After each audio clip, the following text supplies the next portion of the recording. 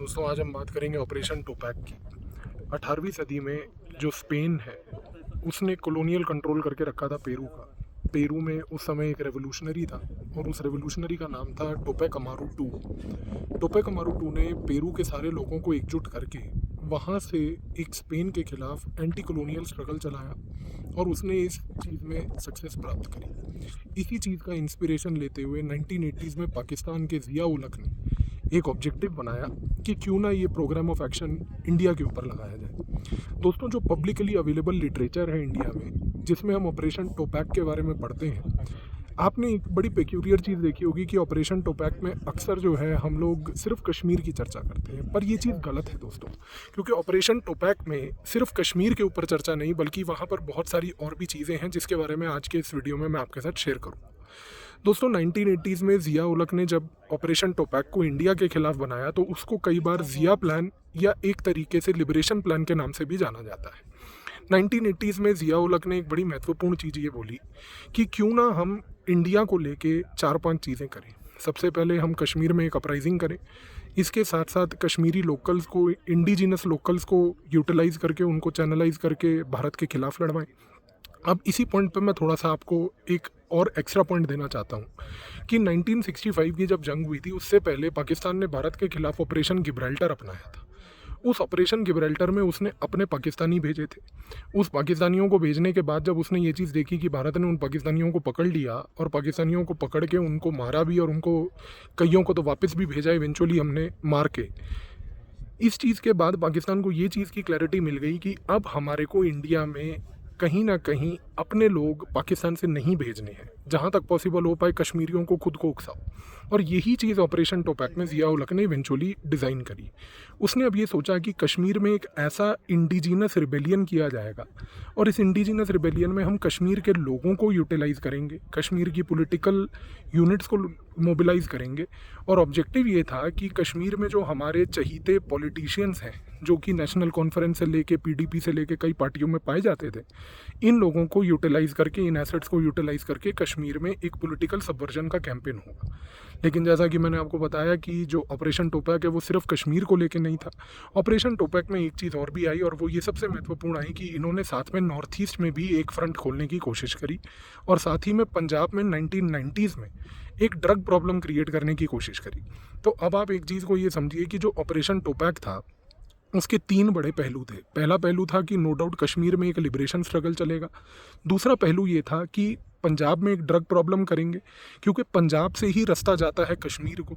तो अगर कश्मीर में इंडिया की ट्रूप्स पहुंचेंगी तो वहां पर इंडिया के लिए पहले ही अगर पंजाब में हम लोगों को ड्रग वॉर में लगा देंगे तो कहीं ना कहीं ट्रूप्स को पहुंचने में भी दिक्कत होगी और पंजाब की सोसाइटी टूटेगी और कमज़ोर पंजाब की सोसाइटी कश्मीर के जिहाद के लिए फ़ायदेमंद रहेगी। तीसरा मैंने आपको बताया कि नॉर्थ ईस्ट में भी भारत के इन लोगों ने एक मोर्चा खोल दिया और वहाँ पर भी जो ट्राइबल ग्रुप्स थे, खास करके क्रिश्चियन ट्राइबल ग्रुप्स हों या इंडिजिनस ट्राइबल ग्रुप्स हों, सबको सपोर्ट करके ये लोग एक तरीके से वायलेंट कैंपेन चलाने लग गए। इसके बाद ऑपरेशन टोपैक में जो कभी भी बात कही नहीं जाती है वो ये भी है दोस्तों कि उसका एक बहुत ही बड़ा पहलू था डिसइंटीग्रेशन ऑफ इंडिया। जी हाँ, यहाँ पर ऑपरेशन टोपैक में एक ऑब्जेक्टिव पाकिस्तान का लॉन्ग रन में ये भी था कि हम क्यों ना ऐसी पॉलिटिकल पार्टीज़ को भारत में आइडेंटिफाई करें, क्यों ना ऐसे ब्यूरोक्रेट्स को आइडेंटिफाई करें जो हमारे पेरोल पे चल सकते हैं, हमारे पेरोल पे काम कर सकते हैं। और अगर ये लोग हमारे पेरोल पे चल के काम करेंगे तो क्यों ना इनका यूटिलाइजेशन करके हम लोग भारत को भी अंदर से तोड़ें। इस पूरे ऑब्जेक्टिव को अचीव करने के लिए दोस्तों आईएसआई ऑफ पाकिस्तान ने ज़िया उल हक की लीडरशिप के अंडर इन्होंने joint intelligence bureau, joint counter intelligence bureau, joint signal intelligence bureau, ये अपने 3 विभाग आईएसआई के इन्होंने लगा दिए और इन तीनों विभागों के थ्रू इन्होंने 18 अप्रैल 1988 को एक ज़िया उल हक ने जब एक ऑफिशियल लेवल पे एक मीटिंग बुलाई सीक्रेट लेवल की इस्लामाबाद में, उस मीटिंग में ऑपरेशन टोपैक को पूरा फाइनलाइज किया गया। ऑपरेशन टोपैक की निटिग्रिटीज़ को लिखकर एक उर्दू पैम्फलेट में जिसका नाम हिज़्ब इस्लामी रखा गया, उस हिज़्ब इस्लामी को इन्होंने सर्कुलेट करके कश्मीर में, नॉर्थ ईस्ट में इधर उधर अपने अधिकारियों को, अपने एसेट्स को भेजना शुरू किया। इसके साथ साथ दोस्तों इन लोगों ने 1990s में सबसे पहले कश्मीर में जिहाद किया। कश्मीर में जिहाद के बारे में मैं आपको कई वीडियोस में ऑलरेडी बता चुका हूं, जिसमें इन्होंने लश्कर तैयबा से लेके हिज़्बुल मुजाहिदीन से लेकर आगे जाकर जैश ए मोहम्मद जैसे ग्रुप्स का गठन किया। फिर इन्होंने 1990s में पंजाब में एक ड्रग प्रॉब्लम क्रिएट करी। नॉर्थ ईस्ट में साथ में इन्होंने एक पूरा वायलेंट कैंपेन क्रिएट करा। जब 9/11 होता है 9/11 के बाद जब इनके लश्कर ए तैयबा, जैश ए मोहम्मद जैसे संगठनों पे प्रेशर डाला जाता है अमेरिका की तरफ से, तो ऑपरेशन टोपैक एक नया फेज़ ले लेता है। और ऑपरेशन टोपैक के नए फेज़ में अब Indian Mujahideen, people popular front of India और साथ में student Islamic movement of India को दाऊद इब्राहिम के गैंग के साथ जोड़कर एक नया मोर्चा खोला जाता है।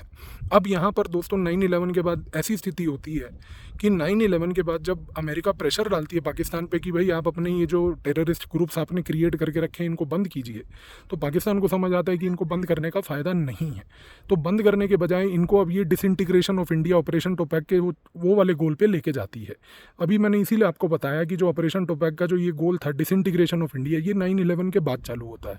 इसमें अब यहाँ पर ये होता है कि सबसे पहले दाऊद इब्राहिम के नेटवर्क्स को प्रयोग किया जाता है। इसके थ्रू इंडिया में जो student Islamic movement of India Simi जो 1977 में मुसलमानों के वेलफेयर के लिए बनी थी, लेकिन जब वो रेडिकलाइज होने लग गई तो 2001 में जब हमने उसको बैन किया, उसको बैन करने के बाद इन्होंने दाऊद इब्राहिम को student Islamic movement of India को जोड़कर 2005 में पॉपुलर फ्रंट ऑफ इंडिया का गठन किया।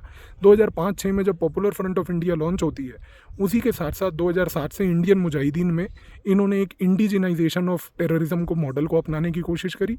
और इस मॉडल के तहत इंडिया में इंडियन मुसलमानों को लेके टेररिज्म के अटैक्स करवाए गए। जर्मन बेकरी ब्लास्ट से लेके इन्होंने बहुत सारे पूना में, वाराणसी में, संकट मोचन मंदिर में, हर जगह इन्होंने ब्लास्ट्स करे।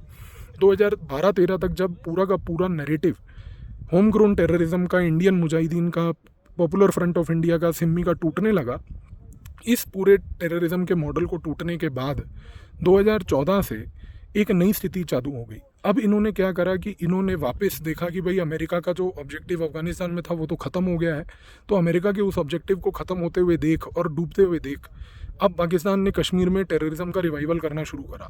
2015 में आप लोगों को याद होगा हिजबुल मुजाहिदीन का एक कमांडर बनाया गया, बुरहान मनी के नाम से एक यूथ था। सोशल मीडिया का प्रयोग किया गया। सोशल मीडिया की टेक्नोलॉजी को देने में चाइना का बहुत बड़ा रोल था। इस चाइनीज़ टेक्नोलॉजी के बदौलत सोशल मीडिया का प्रयोग करके एक ऑनलाइन रेडिकलाइजेशन कैंपेन चलाया गया। जब हमारे ट्रूप्स ने बुरहान मनी को पकड़ के मारा तो उस समय इनके लिए एक बहुत बड़ा ब्लो आया। और इसके बाद इवेंचुअली जो हिजबुल मुजाहिदीन, जैश ए मोहम्मद, लश्कर ए तैयबा, ये जो एक ऑनलाइन साइबर जिहाद चला रहे थे वैली में, उसको तोड़ने के लिए 2016 से ऑपरेशन ऑल आउट चालू हुआ। जब ऑपरेशन ऑल आउट चालू हुआ, इस ऑपरेशन ऑल आउट के तहत आर्मी, हमारे राष्ट्रीय राइफल, हमारी जम्मू कश्मीर पुलिस, हमारी intelligence bureau, raw, military intelligence, ये सारी एजेंसीज़ ने एक ऑर्गेनाइज तरीके से मिलकर काम करके एक ओवरग्राउंड वर्कर का जो नेटवर्क है, जो ये पॉलिटिशियन से लेके ब्यूरोक्रेट्स तक इन्होंने अपने यहाँ पर कश्मीर में पाल रखे थे, उनको तोड़ने की कोशिश करना चालू करी। इसका फाइनल कल्मिनेशन आता है दोस्तों 2019 में, जब आर्टिकल 370 अनुच्छेद 370 को जो एब्रोगेट किया जाता है, कश्मीर को जब यूनियन टेरिटरी बना दिया जाता है, तो पाकिस्तान के पूरे एसेट क्रिएशन का गेम ख़त्म हो जाता है। तो यानी कि ऑपरेशन टोपैक का जो फेज़ नंबर 2 था, वो जो बेसिकली स्टार्ट हुआ था होम ग्रोन टेररिज्म से, और जो ऑपरेशन ऑल आउट के आके ख़त्म हुआ 2019 में, इसके बाद अब पाकिस्तान थोड़ा सा खलबला में आ गया। अब यहाँ पर क्या हुआ कि इस खलबलाई को इसने दूर कैसे किया। अब 2019 के बाद जब ये 370 एब्रोगेशन हो गया, इस 370 के एब्रोगेशन के बाद अब पाकिस्तान ने ऑपरेशन टोपैक का फेज़ 3 इनिशिएट किया। अब फेज़ 3 में आज की डेट में क्या हो रहा है कि पाकिस्तान ने 3 बड़े गोल्स आइडेंटिफाई किए हैं। पाकिस्तान ने आइडेंटिफाई किया है कि अब हमारे को नंबर 1 इस्लामिक जिहाद का जो ये कैरेक्टर है, इसको बेसिकली अडॉप्ट नहीं करना, क्योंकि इस्लामिक शब्द को कहीं ना कहीं वोकैबुलरी से टेररिज्म के हटाना है। इसीलिए अब इन्होंने एक सेकुलर जिहाद चालू किया है। अब पाकिस्तान क्या कर रहा है 2020-21 से कि ये बोल रहा है कि अब हमारे को फासिज्म से लड़ना है। भारत में जो फासिस्ट सरकार है, फासिस्ट सरकार की पॉलिसीज़ हैं, उससे लड़ना है। तो ये जो ऑपरेशन टोपैक है दोस्तों, ये उसी का एक फ़ेज़ है, इसको अलग से मत देखिए। आज की डेट में अगर पाकिस्तान सेकुलर संगठन बना रहा है जिसमें उसने 2 बड़े काम किए हैं, लश्कर ए तैयबा का उसने द रेजिस्टेंस फ्रंट करके एक संस्था बनाई है, पीपल एंटी फासिस्ट फ्रंट जो है जैश ए मोहम्मद का एक फ्रंट बना है। अब आप अगर दोनों नाम देखेंगे, the resistance front, people anti fascist front, तो दोनों बड़े सेकुलर से नाम हैं। इन्हीं सेकुलर नामों को ऑर्केस्ट्रेट करके चलाने के लिए इन्होंने क्या करा है कि CIA की मदद लेके इन्होंने एक जस्टिस फॉर ऑल करके एक संगठन बनाया है अमेरिका में। अब आप गेम को समझिए कि 2020 से पहली चीज़ ये हो रही है कि टेररिज्म को एक सेकुलर नज़रिया दिया जा रहा है। दूसरी चीज़ ये हो रही है कि लड़ाई अब फासिज्म की हो गई है। तीसरी चीज़ ये हो रही है कि जो आतंकवादी संगठन भी बने हैं ये old wine in the new bottle है। पहले ये होते थे लश्कर ए तैयबा, जैश ए मोहम्मद, अब इन्हीं के सेकुलर नाम आ गए हैं। द रेजिस्टेंस फ्रंट जो लश्कर ए तैयबा का है, पीपल एंटी फासिस्ट फ्रंट जो जैश ए मोहम्मद का है। अब इसके साथ साथ इन्होंने ये हार्ड टेररिज्म तो अपनाया है। हार्ड टेररिज्म के साथ साथ ये अब पॉलिटिकल सबवर्जन भी भारत में कर रहे हैं। अब जो ये जस्टिस फॉर ऑल संगठन है, इसको CIA अमेरिका की भी सपोर्ट करती है, इसको ISI भी सपोर्ट करती है। इन्होंने पूरा एक इंटेलेक्चुअल नेटवर्क बनाया है। अब आप सोच रहे होंगे कि भाई सेकुलर नाम देना क्या सिर्फ इनको इस्लामिक टर्म हटाने का था? Answer is no. इस्लामिक जो टर्म थे टेररिस्ट ग्रुप्स के साथ, वो तो हटाना था ही था, लेकिन इससे भी ज़्यादा बड़ा ऑब्जेक्टिव ये था कि सेकुलर नाम देने से इनके साथ लेफ्टिस्ट ग्रुप्स का और लेफ्टिस्ट संगठनों का सपोर्ट आएगा, जिसमें से सबसे पहला सपोर्ट जो है जस्टिस फॉर ऑल ने इंडिया में रहते हुए लोगों का आइडेंटिफाई करके शुरू करना पड़ा। अब आप देखेंगे यहाँ पर हमारे भारत में अरुंधति रॉय नाम सुना होगा आपने, वो जस्टिस फॉर ऑल से जुड़ी हैं। हर्ष मंदेर जस्टिस फॉर ऑल से जुड़े हैं। जीन ड्रेस जो हैं जस्टिस फॉर ऑल से जुड़े हैं। भारत के नेशनल न्यूज़पेपर्स में ये लोग एडिटोरियल और आर्टिकल्स लिखते हैं।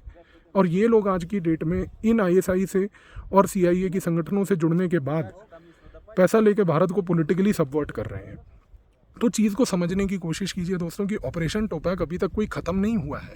अब इसके साथ साथ मैं आपको एक चीज़ और बताना चाहूँगा कि institute for religious studies and regional studies, ये दो इंस्टीट्यूट जो हैं ये पाकिस्तान में हैं। Institute for religious studies, institute for regional studies, ये दोनों आज की डेट में जस्टिस फॉर ऑल के साथ मिलके, और ये जो 3-4 लोग मैंने आपको बताया जिसमें अरुंधति रॉय, हर्ष मंदेर, जीन ड्रेस, प्रशांत भूषण, इन सारों के साथ मिलजुल के एक ऐसा कैंपेन चल रहा है जिसमें अब यहाँ पर secularism based terrorism, political subversion और साथ ही में भारत को अंदर से तोड़ने का काम चालू हो चुका है, जो ऑपरेशन टोपैक का अल्टीमेट ऑब्जेक्टिव था। तो आज की डेट में जो institute for regional studies Islamabad है, institute for regional studies Islamabad को सपोर्ट करने के लिए ISI ने एक प्रोजेक्ट चलाया है जिसका नाम है डिसमेंटलिंग ग्लोबल हिंदुत्व। इस डिसमेंटलिंग ग्लोबल हिंदुत्व में आज की डेट में कोई भी भारत सरकार की नीति होगी उसके खिलाफ प्रोटेस्ट करवाना, ये इंस्टीट्यूट फॉर रीजनल स्टडीज़ और जस्टिस फॉर ऑल मिल के काम करते हैं।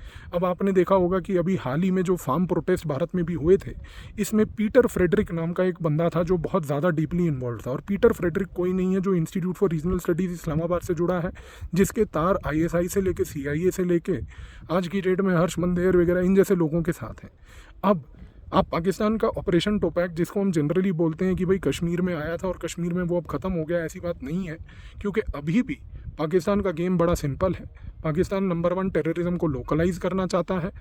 ऑपरेशन टोपैक के तहत वो एक इंडिजीनस लिबरल मूवमेंट को एक यहाँ पर ऐसा सपोर्ट करके दिखाना चाहता है कि देखिए इंडिया में ही एक ऐसी प्रॉब्लम हो रही है कि भाई जिसमें इंडिया के खुद के लोग जो हैं वो ही इंडिया के खिलाफ रिवोल्ट कर रहे हैं।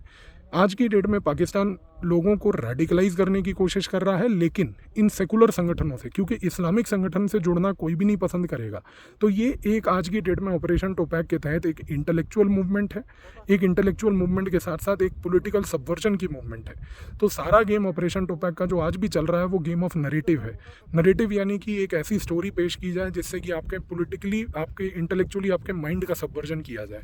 तो ऑपरेशन टोपैक कभी ख़त्म नहीं हुआ, वो अलग अलग फेजेज़ में ही चलता रहा और आज की डेट में उसका ये नया फेज़ है। धन्यवाद।